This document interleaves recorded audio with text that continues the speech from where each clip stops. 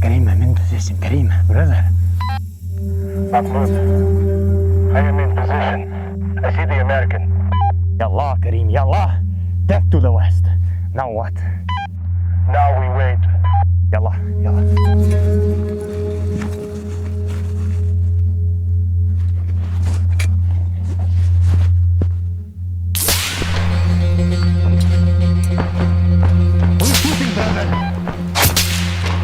Brother, who's shooting? Brother, I don't know where it's coming from. Keep on!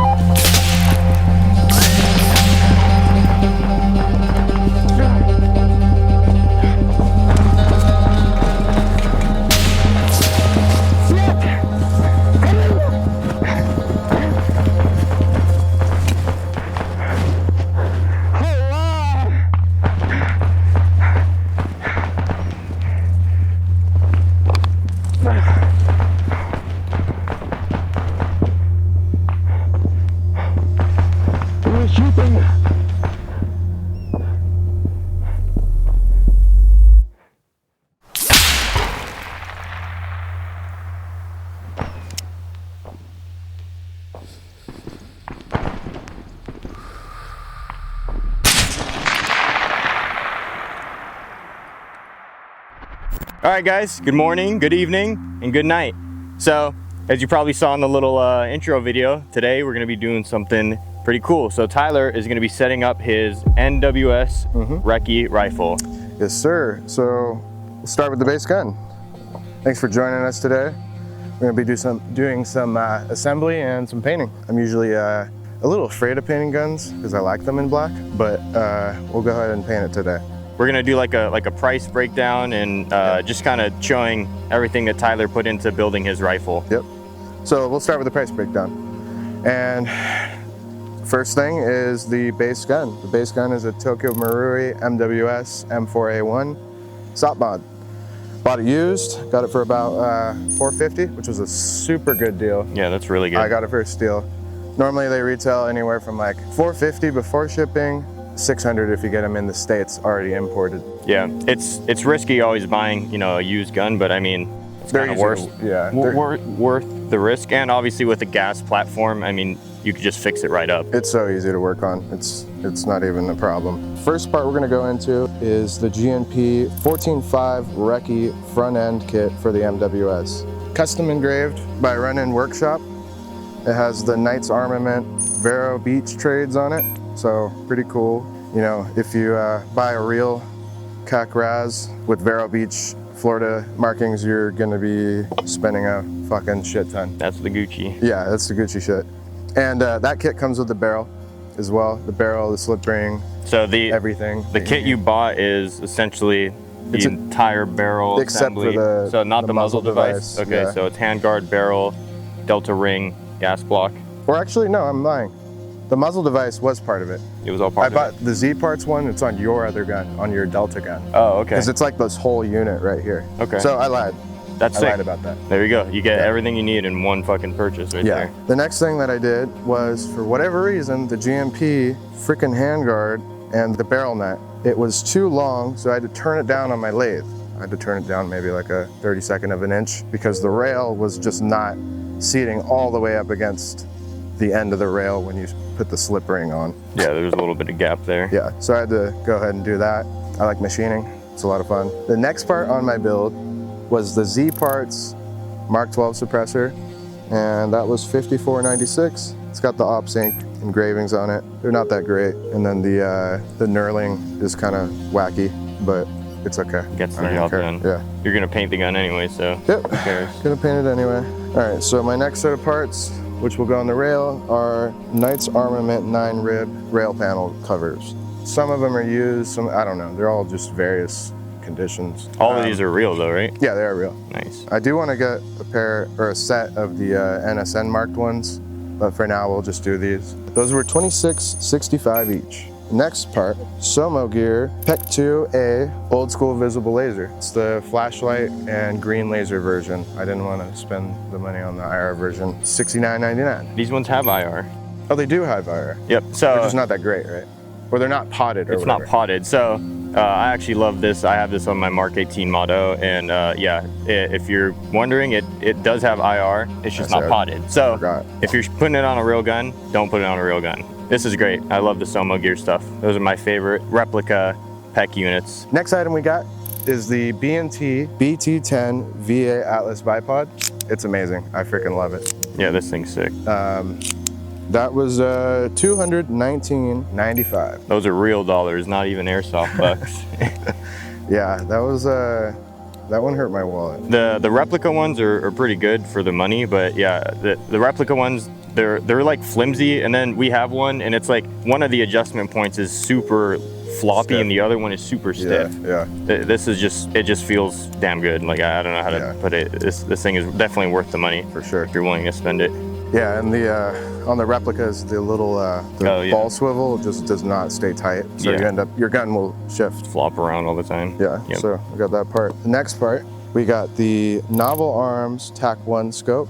It's the 1242 IR 2017 version. That was $289.95, and this is an Airsoft replica that comes from Japan. It's supposed to be a replica of the Night Force NXS 1.5 to 4. What is this? Is this 1 to 4? This optic? This is 1.5 to 4. 1.5 to 4. Yeah. Okay. Nice. Which is good for Airsoft. This optic is great. The eye relief, super clear. It has a big, big eye relief too. Like right here, I'm still in it, and right here, I'm still in it. So, I mean, good sweet spot on it. Obviously, with a gun like this, especially in Airsoft, closer engagement, you don't want it to be such a small relief because you could bring the gun up and rely on it. Yeah, so absolutely. This is a great optic. We also have the Artisan NF style 30mm scope mount, and this is with the T1, T2 mount, and that was $83.30. Those are replica rings of a set of Night Force high rings. I don't remember what they're called. Next item we got, the GNP PRI Gasbuster charging handle. It was custom engraved by Run In Workshop. They're a pretty good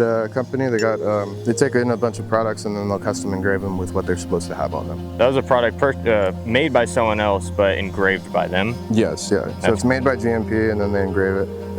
It's the same story with this the handguard. That's cool. And then I have a original Ergo grip, the ambidextrous rigid version. That was $22.10. This is a popular item used on this gun, so I went for that. If you have the luxury of having a gas gun and being able to put a real grip on it, I'd definitely go with an Ergo for a lot of DMR kind of builds. Absolutely. Super comfy. Yeah, there's a lot of clones that use it if you're into cloning. Next item we got is the B5 SOPMOD Gen 1 government issued stock. This is from government overrun, government from the Taliban? Yeah. You got this from the Taliban? Nice, fuck yeah. Apparently it's like contract overrun stuff. Right. Overstock. Gotcha. They sell off to the regular people. So to be sure, one of the key things that I know to clarify that this is a Gen 1 is the fact that there's no QD point, right? Yes. So this little hole serves no purpose. No. Yep, okay. So. And the real B5 stock, or the real SOPMOD stocks are a little bit slimmer in their profile, which is really nice. I love it. It's nice. You can put your CR123 batteries in here, pull these off. I'm not gonna do it right now on camera. And that's pretty cool. That was $119.99. All right, so Tyler's gonna start by masking off his barrel. He doesn't want his barrel painted. What's the reason why? Well, I might use Citri Strip if I don't like the paint job, or I might remove it at a later point. Yeah, I just want that option. And the barrel's just gonna be a pain in the ass to strip. I don't like crazy contrast in paint jobs. I like it to be simple and kind of subdued looking. So put the rail on. Okay, so we got that all masked up. Next, put the stock on. Yeah, and masking is it's an easy part of all this. The hard part is putting the art into the paint job. Make sure when you paint it too that you move your safety around too, so you don't get it just like a little safety black spot, Right. The last gun I painted was my Echo 1 M28. When was that? Like 10 years ago. Yeah, I think we're all good. Ready to go. First thing I'm going to do is a Rust-Oleum flat khaki for the base coat. I want the gun to mainly be tan because we primarily are in the desert. Light coats. The thicker you do your coats, the more wet and sticky it gets, and the more bubbly it could be. So you want to do light coats, always.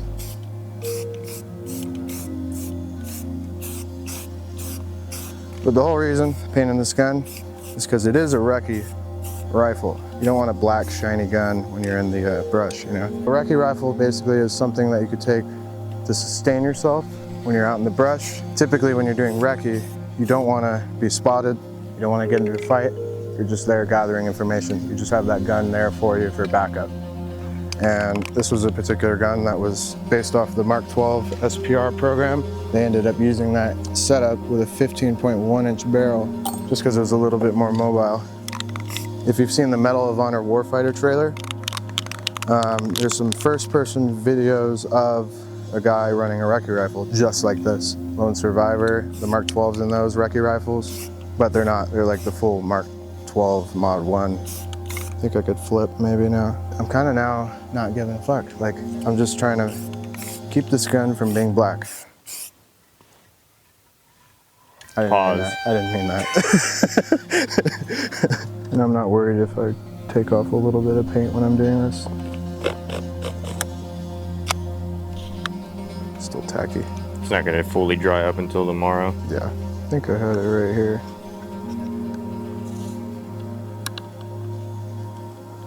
There we go. I gotta hit the top of the rail a little bit too. Get the can back on.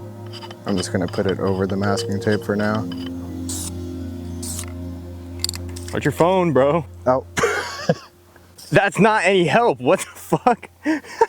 Bro moves it like 2 inches over. And that's a lot.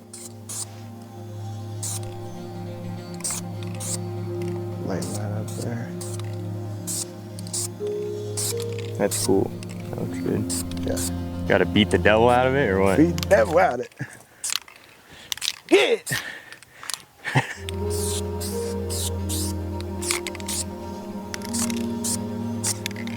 So he missed a couple things on his price breakdown. He wanted to talk about his internals. So there's a few things that he wants to go over, just talking about that. Yeah, so we had some internals and functional parts. So I swapped out the MWS OEM buffer for a GMP aluminum buffer, the V2 version. It's the gold one. That was $23.99. So the MWS bolt carriers have a basically have an end cap, and I just swapped that end cap out for GNP's roller bolt end cap. Roller bolt right there.